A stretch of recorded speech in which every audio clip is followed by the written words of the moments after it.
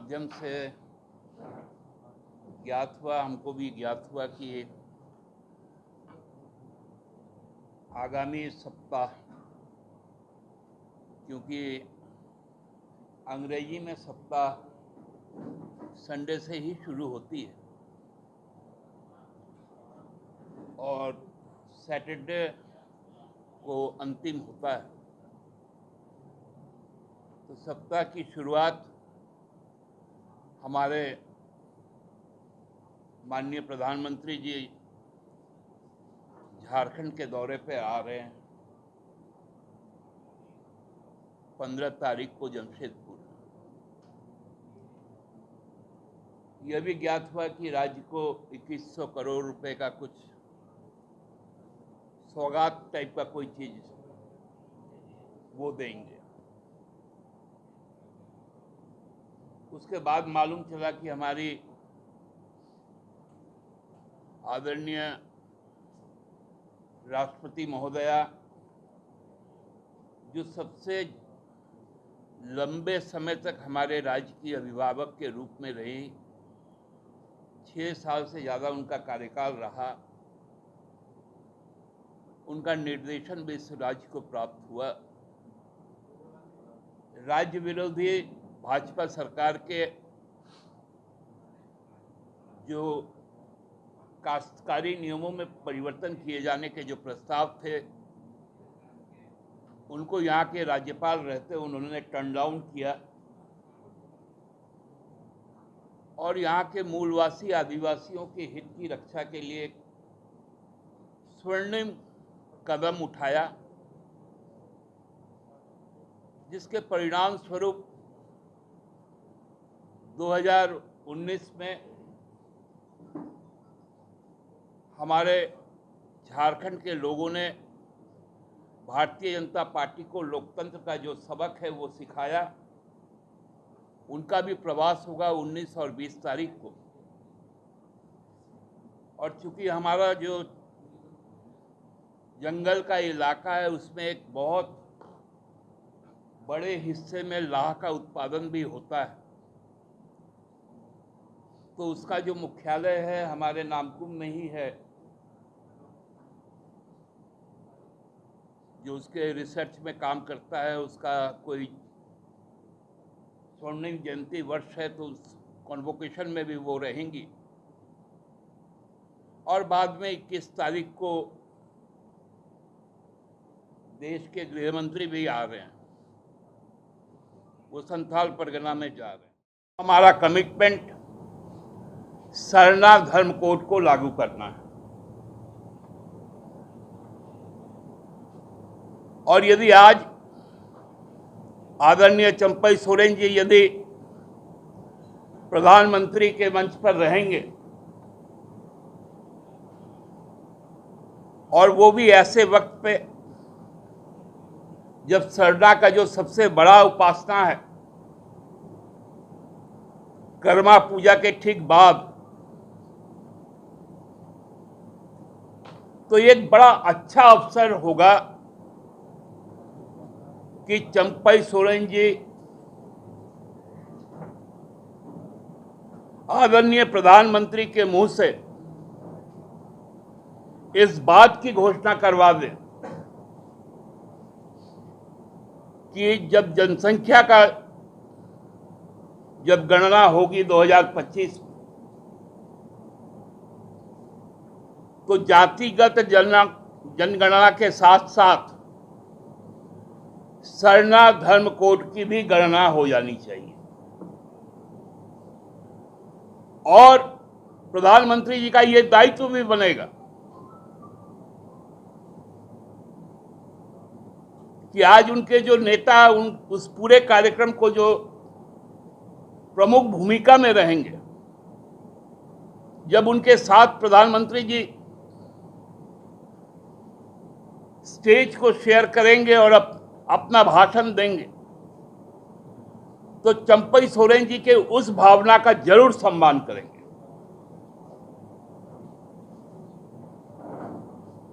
और जब 21 तारीख को गृह मंत्री, क्योंकि जनगणना उन्हीं के अंदर में आएगा, उस वक्त भी इस बात को वो बोलेंगे। और अंतिम मुहर राष्ट्रपति के द्वारा लगना है,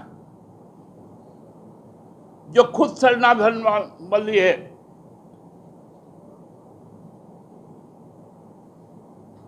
जो बाहा, सोहराय, कर्मा, सरूल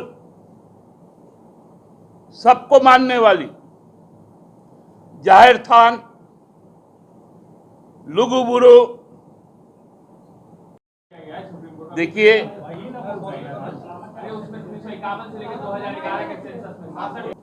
मैंने भी पब्लिक डोमेन में वो एफिडेविट उपस्थित है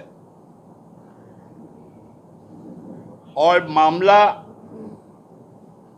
अंडर जुडिशियल ट्रायल है, लेकिन ये स्पष्ट एफिडेविट मैं कह सकता हूं कि ये संघीय व्यवस्था के विरुद्ध है, क्योंकि माननीय उच्चतम न्यायालय ने राज्य सरकार को यह पूछा था और संथाल परगना के खासकर जो उपायुक्त है उनको पूछा गया था कि आपके यहाँ की घुसपैठ की संख्या क्या है। राज्य सरकार के द्वारा यह एफिडेविट दिया गया था कि कोई भी चिन्हित घुसपैठिए नहीं है। आज का एफिडेविट आप यदि पढ़ेंगे, 51 पेज का एफिडेविट है। आप देखे होंगे कि उस एफिडेविट में घुसपैठिए शब्द का इस्तेमाल नहीं है। उस एफिडेविट में कहा गया है कि 1961 और 2011 के धार्मिक जो सेंसस है कि मुसलमानों की आबादी कितनी हुई, क्रिश्चियनों की आबादी कितनी, ये भ्रम की स्थिति है।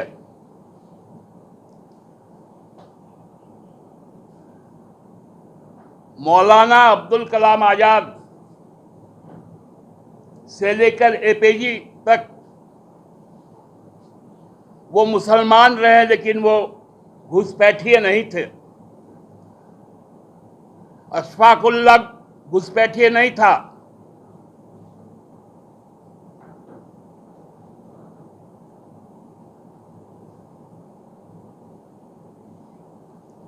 वो पूरा का पूरा जो आंकड़ा है वो इस राज्य में धार्मिक सद्भाव को मिटाने वाला आंकड़ा है।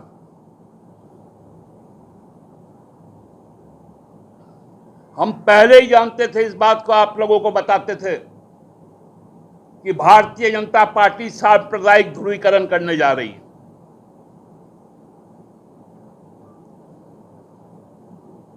और यदि घुसपैठिए है तो अमित शाह जी ये जिम्मेवारी ले कि उसके लिए उनका गृह मंत्रालय जिम्मेवार है। रक्षा मंत्री ये जिम्मेवारी ले कि उनके अधीन जो सीमा सुरक्षा का जो दायित्व है उसको वो निभा पाने में असफल रहे हैं। विदेश मंत्री भी ये जिम्मेवारी स्वीकार करे। उन्होंने इस समस्या को कभी भी विश्व पटल पर नहीं रखा या किसी देश के साथ बायलैटरल टॉक नहीं हुआ।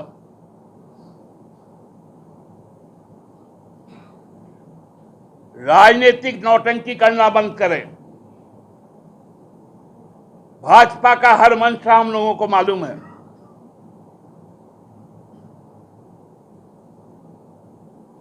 और केंद्र सरकार के एफिडेविट पर भाजपा के लोग यदि राजनीतिक बयानबाजी करेंगे, उनका एक मुख्यमंत्री आकर कहता है कि हम पलट देंगे डीसी का एफिडेविट को पैदा इस बात के पैरवीकार रहे हैं लोकसभा चुनाव में, जब वो हमारे पार्टी के नेता हुआ करते थे, इस राज्य के मुख्यमंत्री हुआ करते थे। हर चुनावी जनसभा में उनका मुख्य मुद्दा सरना धर्म कोड था।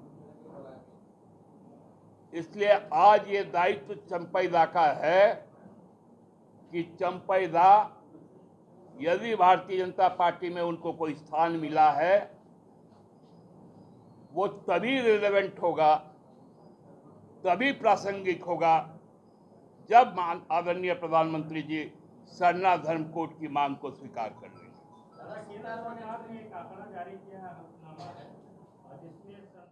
रेडिएशन से, यूरेनियम के रेडिएशन से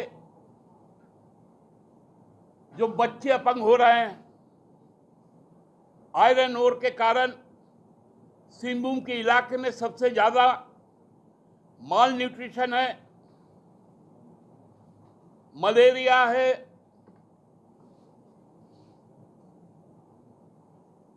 श्वास दोष है,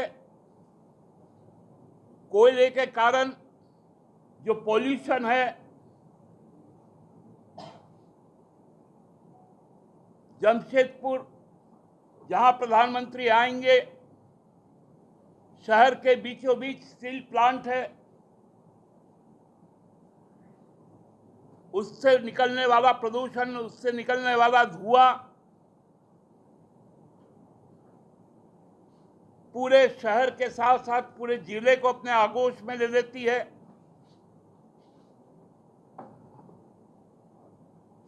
रात को जब वहां पर भट्टियां जलती है तो लोग पानी को तरस जाते हैं। ऐसे समय में यदि प्रधानमंत्री आकर इस राज्य को निजात नहीं दिलाएंगे उनके समस्याओं से, तो हमें फायदा क्या होगा?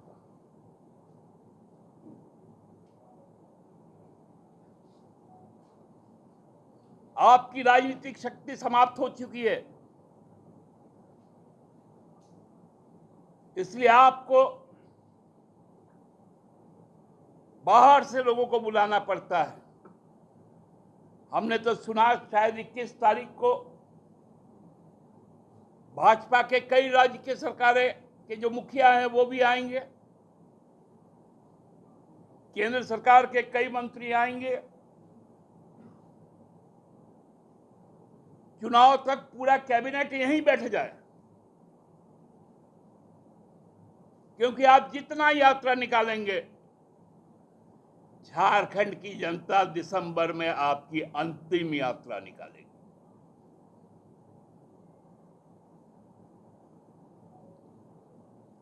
जब भी चुनाव होगा, आपका अंतिम यात्रा तय है। जनता बैठी है, इंतजार कर रही है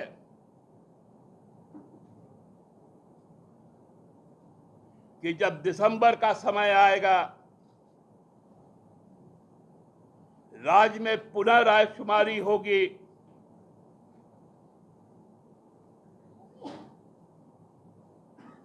हम लोग पुआल के साथ साथ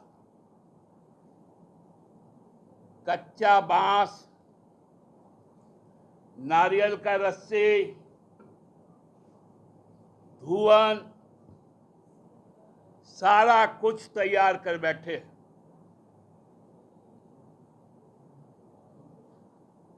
और हमको लगता है भाजपा के जो राजनीतिक मंसूबे हैं, उसका पहला कील 15 तारीख को जमशेदपुर में ठोका जाएगा और अंतिम कील 21 तारीख को भोगनाडीह में ठोका जाएगा।